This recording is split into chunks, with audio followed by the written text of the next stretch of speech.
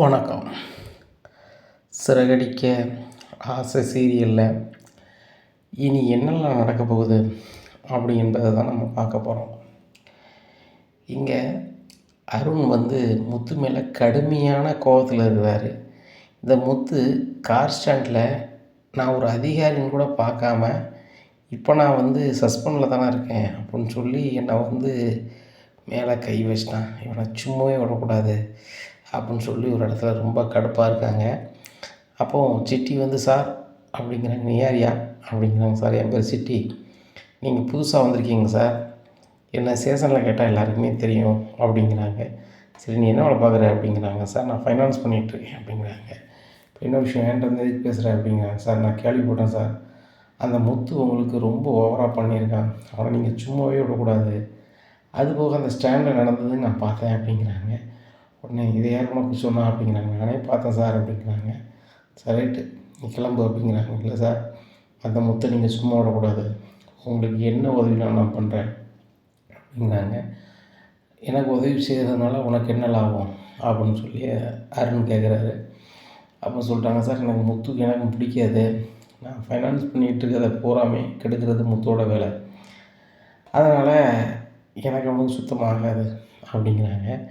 சரி ரைட்டு உடனே நான் யூஸ் பண்ணிக்கிறேன், அவன் ஃபோன் நம்பர் தான் அப்படின்னு சொல்லிட்டு ஃபோன் நம்பர் வாங்கிக்கிறாங்க. சார் அந்த முத்தை பிடிச்சவங்க நிறைய பேர் இருக்காங்க, ஆனால் பிடிக்காதவங்க 2 பேர் தான் இருக்காங்க. ஒன்றுனா அவங்க வீட்டிலே ஒரு ஆள் இருக்குது அப்படிங்கிறாங்க. அது யாரியா அப்படிங்கிறாங்க. அவங்க மைனி தான், அவங்க அண்ணனோட வீட்டம்மா, சுத்தமாக அந்த முத்தையோ அவங்க வீட்டம்மாவையோ பிடிக்காது, அவங்க நம்மளுக்கு என்ன ஹெல்ப்னாலும் பண்ணுவாங்க அப்படிங்கிறாங்க. இது ரொம்ப சூப்பராக இருக்கே அப்படிங்கிறாங்க. ஆமாம் உண்மையிலேயே ரொம்ப சூப்பராக இருக்குது, கண்டிப்பாக பண்ணிடலாம் அப்படிங்கிறாங்க. சரி ரைட்டு அவங்க வீட்டில் உள்ளவங்க ஃபுல்லுமே எனக்கு தெரியுமா அப்படிங்கிறாங்க. எல்லாமே தெரியும் சார் அப்படிங்கிறாங்க. சரி முத்தோட பேக்ரவுண்ட் என்ன அப்படின்னு சொல்லி எல்லாத்தையும் கேட்குறாங்க.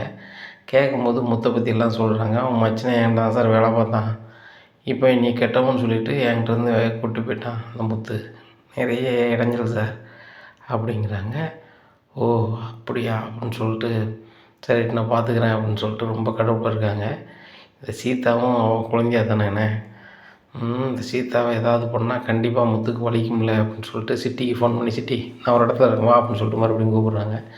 என்ன சார் உடனே கூப்பிட்டீங்க அப்படிங்கிறாங்க. ஒன்றுமில்ல, அந்த வீட்டில் இருக்காங்கள்ல அவங்கள வர சொல்கிறேன் அப்படிங்கிறாங்க. அவன் ஒரு நிமிஷம் சார் ஃபோன் பேசுகிறேன் அப்படின்னு சொல்லிட்டு, ரோகிணி இந்த முத்தையும் மீனாவையும் அந்த வீட்டை விட்டு அனுப்பணும், ஏதாவது பண்ணணும் அப்படின்னு என்கிட்ட சொன்னீங்களா அப்படிங்கிறாங்க. ஆமாம் சிட்டி, நான் தான் உங்கள்கிட்ட சொன்னேனே, நீங்கள் தான் முத்தை ஒன்றுமே பண்ண முடியாது அப்படின்னு சொல்லிட்டீங்களே அப்படிங்கிறாங்க. என்னை மட்டும் இல்லை, ஒரு அதிகாரி மேலேயே கை வச்சிட்டான், அவர் பயங்கர காண்டில் இருக்கார், அவருக்கு நம்ம ஹெல்ப் பண்ணோன்னா இந்த முத்தையும் மீனாவும் இல்லாமல் ஆக்கிடுவாங்க, நீ கொஞ்சம் வாரீங்களா அப்படிங்கிறாங்க. எந்த இடம்னு சொல்லுங்கள் வரேன் அப்படின்னு சொல்லிட்டு சொல்கிறாங்க. அந்த இடத்த சொன்னோன்னு வந்துடுறாங்க. சார் அப்படிங்கிறாங்க. சார் இவங்க தான் முத்துக்கு மைனி அப்படிங்கும்போது ரோகிணி சொல்கிறாங்க, நீ மைனின்லாம் சொல்லாதீங்க, அந்த முத்து எங்கள் வீட்டில் ஒரு வேலைக்கார மாதிரி தான், அந்த மீனா ஒரு வேலைக்காரி, 2 பேரும் அப்படி தானே, தவிர்த்து நாங்கள் உறவினராக பார்க்குறதில்ல அப்படி அப்படிங்கிறாங்க. சரிம்மா அதெல்லாம் இருக்கட்டும், எனக்கு நீங்கள் ஒரு உதவி செய்யணும் அப்படிங்கிறாங்க. என்ன அப்படிங்கிறாங்க. அந்த முத்து இருக்காங்களா அவன் குழந்தையால நான் கல்யாணம் பண்ணலான்னு நினைக்கிறேன் அப்படிங்கிறாங்க. இதை கேட்டோன்னா 2 பேருமே பயங்கர ஷாக். என்ன சார் சொல்கிறீங்க, முத்துக்கிட்ட மோதுறதே மிகப்பெரிய விஷயம், இதில் நீங்கள் அவன் குழந்தையால கல்யாணம் பண்ணால் பிரச்சனை தானே சார் வரும் அப்படிங்கிறாங்க. பிரச்சனை வரக்கூடாதுன்னு சொல்லி தான் நான் இந்த ரோகிணியுடைய உதவியை கேட்குறேன் அப்படிங்கிறாங்க. அது எப்படி சார் நடக்கும் அப்படிங்கிறாங்க. ஒன்றும் இல்லை, நான் கல்யாணம் முடிக்கிறது வாழ்கிறதுக்கு இல்லை, அந்த முத்துக்கு வலியை உண்டு பண்ணதுக்கு தான். நான் கல்யாணம் முடித்த அன்னைக்கே வேண்டான்னு சொல்லிவிட்டு முத்து வீட்டில் கொண்டு விட்டு போயிடுவேன், அதுக்கப்புறம் வரதை அவன் பார்த்துப்பான், என்கிட்ட முத்து வச்சிடக்கூடாதுன்னு அவனுக்கு தெரிய வரும், இது ரொம்ப நல்லாயிருக்கும் அப்படிங்கிறாங்க. உடனே ரோகிணி சொல்கிறாங்க, அதுக்கு நான் என்ன பண்ணணும் அப்படிங்கிறாங்க. நான் ஒரு பிளான் பண்ணிவிட்டு உங்களுக்கு சொல்கிறேன், எங்கே வரணும் என்ன சொல்லணும்னு மட்டும் சொல்கிறேன், அதை மட்டும் சொன்னால் போதும் அப்படிங்கிறாங்க. சரி சார் இப்போ நான் கிளம்புறேன் அப்படின்னு சொல்லிட்டு கிளம்பிடுறாங்க.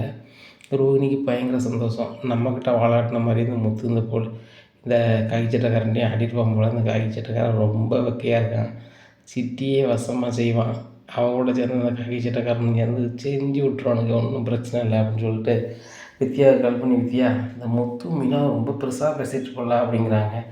ஆமாடி, அவங்கள பார்க்கும்போது தான் நானும் ஒரு கல்யாணம் முடிக்கணும் வைக்கணும்னு தோணுச்சு, அந்த அளவுக்கு சூப்பர் ஜோடி அப்படிங்கிறாங்க. ஆமாம் இப்படியே சொல்லிகிட்டு அவங்களுக்கு வசமாக ஆப்பு வைக்க ஒரு அதிகாரி ஒரு ஆள் இறங்குதார், அவங்ககிட்டையும் வாலாட்டிருப்பாங்க போலுக்கு. அவன் கண்டிப்பாக ஒற்றை நறுக்கியே ஆகணும்னு சொல்லிட்டு அலைகிறாரு அப்படிங்கிறாங்க. இதில் உனக்கு என்னடி சந்தோஷம் அப்படிங்கிறாங்க. ரொம்ப சந்தோஷம்டி, எங்கள் அத்தையால் அவங்கள வீட்டு விட்டு அனுப்ப முடியல, என் புருஷனாலேயோ யாராலையும் அனுப்ப முடியல. இப்போ நான் இந்த ஆப்பை வச்சா மட்டும்தான் சரியாக வரும். அதுக்கு எனக்கு அந்த அதிகாரி உதவி செய்ய போகிறாரு, முடிஞ்சே போச்சு அப்படிங்கிறாங்க.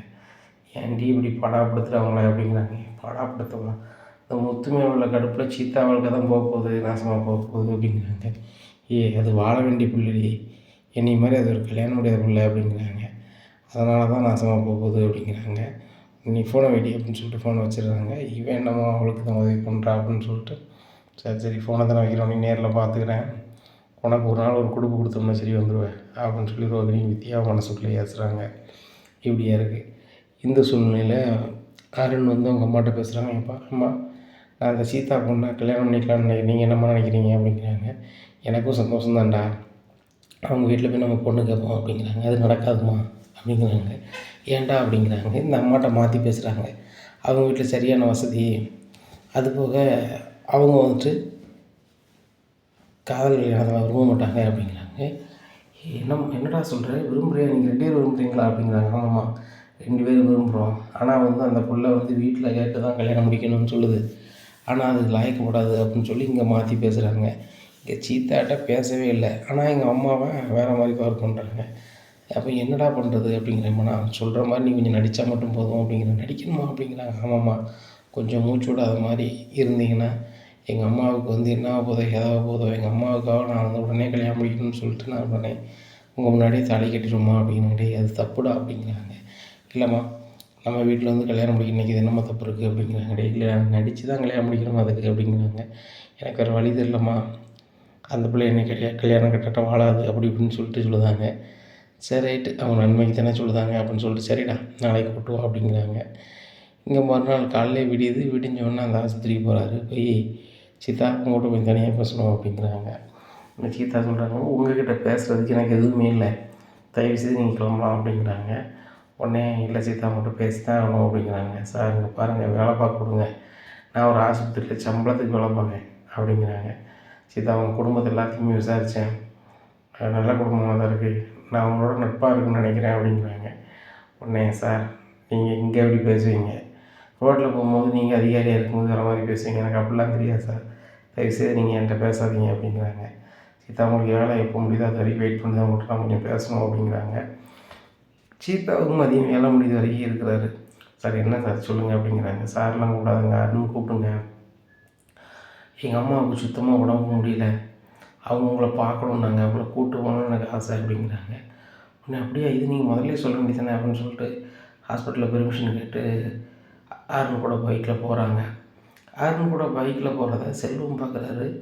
இது நம்ம மீனா சிஸ்டரோட தங்கச்சியில் முத்தோட குழந்தையால, இது எதுக்கு இந்த போலீஸ்காரோட போகுது அப்படின்னு சொல்லிட்டு சின்ன டவுட்டாக இருக்குது.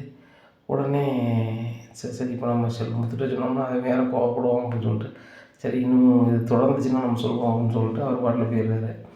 இங்கே வீட்டுக்கு வந்தோம்னா ஏம்மா அப்படிங்கிறாங்க. இங்கே தூங்கின மாதிரி நடிக்காங்க அந்த அம்மா. உடனே அம்மா அம்மா அம்மா அப்படின்ட்டு அழுத மாதிரி இவர் நடிக்காரு. நடித்தோடனே எங்கள் அம்மா வந்து சீக்கிரம் நான் கல்யாணம் முடிக்கணும்னு ஆசைப்பட்டாங்க அப்படிங்கிறாங்க. உடனே சீதா சொல்கிறாங்க, அப்போ நீங்கள் கல்யாணம் முடிக்க வேண்டியதானே சார் அப்படிங்கிறாங்க. இல்லை, எங்கள் அம்மா வந்து ஒன்றையே தான் எனக்கு கல்யாணம் முடிக்கணும்னு சொன்னாங்க, நான் எப்படிம்மா பொண்ணு கேட்காம முடிக்கிறது அப்படிங்கும்போது எங்கள் அம்மாவுக்கு ஒரு மாதிரி ஆயிடுச்சு, எங்கள் அம்மா இருப்பாங்களோ இருக்க மாட்டாங்களோ எனக்கு தெரியல, எனக்கு பயமாக இருக்குது அப்படி இப்படின்னு அழுதாங்க.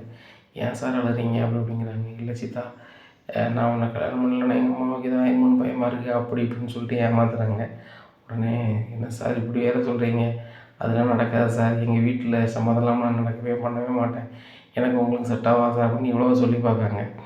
உடனே அருண் டபார்னு தாலி எடுத்து என்ன மன்னிச்சிரு சீதா, எங்கள் அம்மாவோட கடைசி ஆசை நிறைவேற்றாங்கணும், எனக்காக தயவுசெய்து ஒரு வாழ்க்கையை கொடு அப்படின்னு சொல்லி தாலி கட்டிடுறாங்க.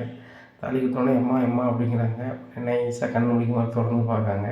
பற்றியாச்சு தான் எங்கள் அம்மாவுக்கு சரியாயிட்டு அப்படிங்கிறாங்க. நல்லா இருங்கடா நீங்கள் அப்படிங்கிறாங்க.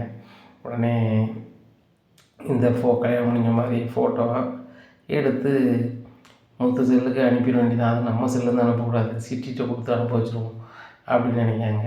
அப்போ சீதா என்ன சின்ன தெரியல ரொம்பவே அழுகிறாங்கம்மா, உங்களுக்கு இப்படி ஆச்சுன்னு சொல்லி உங்கள் பையன் இப்படி பண்ணிட்டாரு, எங்கள் அம்மாவோ என்னை வளர்த்த எங்கள் அக்காவோ ரொம்ப கஷ்டப்படுவாங்க, எங்ககிட்ட கேட்காம அவன் கல்யாணம் முடிச்சிட்டாங்கன்னு சொல்லிட்டு எனக்கு துளி கூட விருப்பம் இல்லை, உங்கள் பையன் திடீர்னு தாலி கட்டாரு அப்படிங்கிறாங்க. இல்லைம்மா, என் பையன் உன்னை ரொம்ப விரும்புகிறாம்மா, என்கிட்ட சொல்லியிருக்கான், அவனுக்கு எப்படி உன்னை கல்யாணம் பேசி கட்டன்னு தெரியல, என்ன இப்படி நடிமான்னு சொன்னான் அப்படிங்கிறாங்க. இதை கேட்டால் ரொம்ப ஷாக்காக இருந்தது.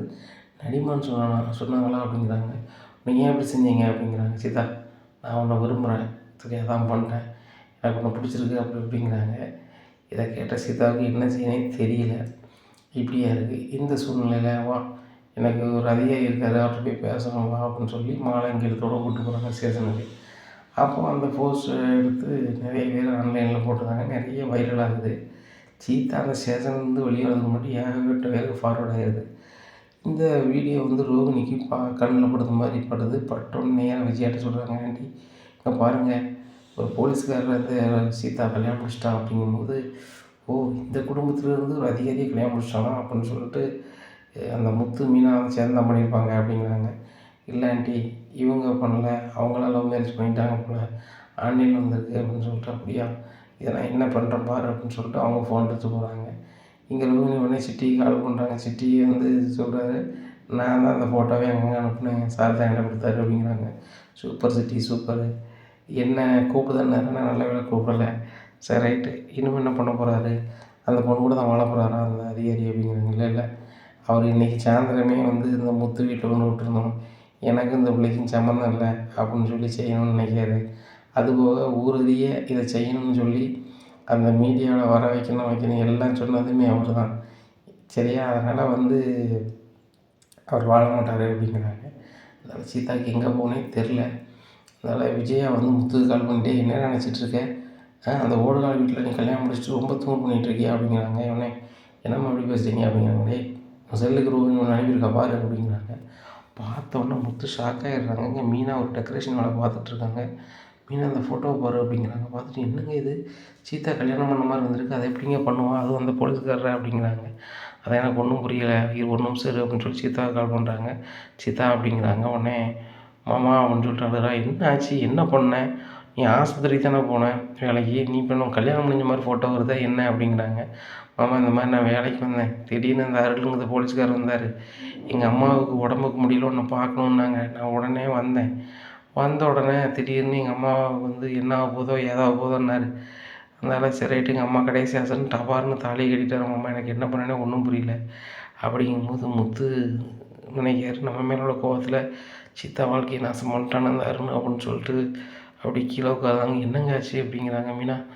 நம்ம மேலே உள்ள கோவத்தில், அதுவும் குறிப்பாக என் மேலே உள்ள கோவத்தில் அந்த அருண் வந்து சீதாவை கல்யாணம் பண்ண மாதிரி தெரியுது, அந்த பிள்ளை வாழ்க்கையும் ரொம்ப போச்சா என்னால் அப்படின்னு சொல்லிட்டு அழுகிறாங்க. ஏங்க நீங்கள் என்னங்க பண்ணீங்க, அவன் ஏமாத்தான், நீங்கள் என்ன பண்ணுவீங்க, சீதா வாழ்க்கை எப்படி வம்பாயிட்டானாங்கன்னு மீனாவும் அவங்க பாட்டுக்கு அழுகிறாங்க. மீனா அவங்க அம்மாவுக்கு ஃபோன் பண்ணி சொல்கிறாங்க. அவங்க அம்மாவுக்கு ஒன்றும் ஓடலை. இங்கே சத்யாவுக்கு சொன்னோன்னே அந்த அருண் மேலே சரியான காண்டாகுது. உடனே சத்யா அவங்க அம்மாவும் நேராக இங்கே இருக்க இடத்துக்கு போகிறாங்க. யார், அங்கே சீதா இருக்க இடத்துக்கு போகிறாங்க. உடனே அவர் எங்கடி அப்படிங்கிறாங்க. உடனே அவர் வராரு. உடனே ஏன்ப்பா, ஏன் சார் இப்படி செஞ்சீங்க அப்படிங்கிறாங்க.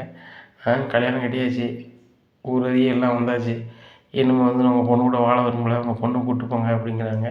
உடனே வாழ விரும்பலையா, அப்போ எதுக்கு கல்யாணம் முடிச்சிங்க அப்படின்னு சொல்லி சீதாவோட அம்மா கேட்குறாங்க. வாழ முடியாது அப்படிங்கிறாங்க. சார் நானும் அவங்கள கல்யாணம் பண்ணிக்கணும்னு நினச்சேன், நீங்கள் தான் தலை கட்டினீங்க அப்படிங்கிறாங்க. உங்கள் மச்சான் முத்து ரொம்ப ஓவராக என்கிட்ட பண்ணான், அவனுக்கு பதிலுக்கு பதில் ஏதாவது செய்யணும்னு தான் இதை பண்ணேன் அப்படிங்கிறாங்க. உடனே ரொம்ப கோபமாக, சத்யா நான் உன்னை விட மாட்டேன்டா அப்படின்னு சொல்லி அருண் மேலே கை வைக்கிறார். அருண் அந்த ஆளை பூச போகிறாரு.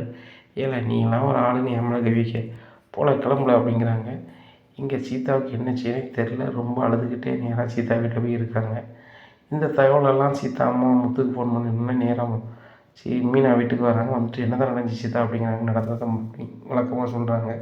ரொம்ப கடுப்பாயிருது மீனா, இனிமேல் நான் பொறுமையாக இருக்க மாட்டேன், அந்த அருணை நான் வச்சே பார்க்க மாட்டேன் அப்படிங்கிறாங்க. ஏங்க பொறுங்குங்க, எடுத்தவங்க ஒருத்தனை இது எதுவும் செய்ய முடியாது, சீதா காலத்தில் வந்து தாடி தூங்குதுங்க, இப்போ நம்ம என்ன பண்ணணும் ஏது பண்ணணும்னு சொல்லி சீதாட்ட ஒரு திருக்கமான ஒரு முடிவை கேட்டு தாங்க அடுத்தாப்புல செய்யணும் அப்படிங்கிறாங்க. உடனே அருண் மேலே சரியான கடுப்பில் முத்து வந்து ரொம்ப கோபமாக செவத்தை பார்த்து ஒரு ஒரு இடி இடிக்காரு. இனி என்ன நடக்கும், இந்த சீதா வாழ்க்கையை காப்பாற்ற சீதாவுடைய நலனுக்காக இந்த முத்து என்ன செய்வார், முத்துக்கு நெருக்கடி கொடுக்குதான்னு நினச்சிக்கிட்டு சீதா வாழ்க்கையை கெடுத்த அருண் என்னவாவார் அப்படிங்கிறத பொறுத்து இருந்து பார்க்கலாம். நம்ம சேனலை நீங்கள் மறக்காமல் லைக் அண்ட் சப்ஸ்கிரைப் பண்ணுங்கள். நன்றி, வணக்கம்.